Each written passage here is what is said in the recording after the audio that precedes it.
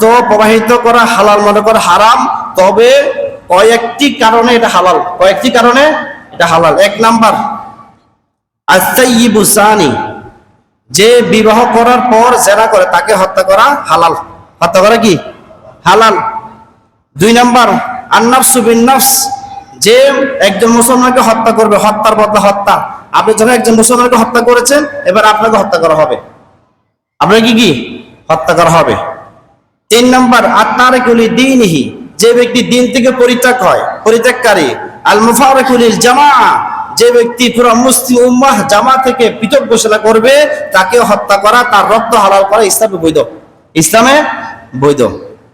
এরপরে নবী সাল্লাল্লাহু আলাইহি ওয়াসাল্লাম আরো বলেছেন, মুসলিম শরীফ হাদিস, মান খারাজা মুহারিবান লিল্লাহি ওয়া রাসূলিহি, যে ব্যক্তি আল্লাহ এবং রাসূলের বিরুদ্ধে যুদ্ধ ঘোষণা করবে, যুদ্ধ করার জন্য বের হয়ে যাবে, ফাইন্নাহু ইয়াকতুল, তাকে হত্যা করতে হবে। তাকে কি করতে হবে?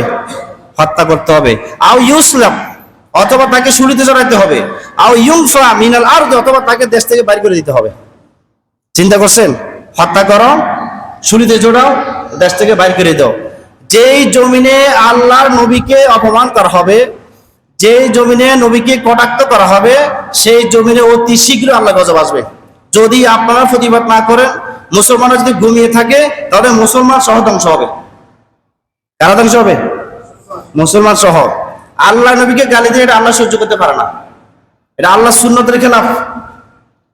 নবীকে গালি দেওয়ার কারণে বদরের ময়দানে আবু জাহেলের কি হয়েছিল? কল্লাকে দুইবার করে না? তার কল্লা নিয়ে ফুটবল খেলে নাই?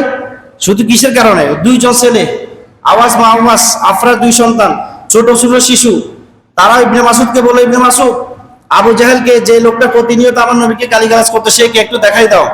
ইবনে মাসুদ বলে, তোমরা ছোট ছোট মানুষ, আবু জাহেল তো মোটা তাজা সমাজের আলু কচু, ওকে দিয়ে তুমি কি করবা?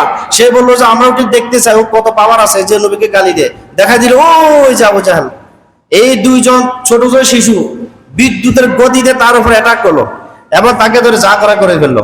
এরপরে ইবনে মাসুদ গিয়ে তার মাথাটা আলাদা করে ফুটবল খেলা শুরু করলো। সুতরাং সাহাবায়ে কেরাম এটা সহ্য করতে পারতেন না যে আমার নবীকে কেউ গালি দেয়, এটা কোনোভাবে মেনে নিতে পারতেন না। কারণ আমার নবী হলো আমার ঈমান, ঠিক কিনা? আমার নবী হলো আমার জীবন, ঠিক কিনা? আমার নবী হলো আমার জান্নাতে যাবার কারণ, আমার নবী হলো আমার আল্লাহকে পাওয়ার কারণ। নবীকে গালি দিলে মুসলমান সহ্য করতে পারবে না, পারবে না। আর যেটা সহ্য করবে, বুঝবে এর ভিতরে সমস্যা আছে, এর ভিতরে সমস্যা আছে। আল্লাহ তাআলা আমাদের সবাইকে বুঝার তৌফিক দান করুন।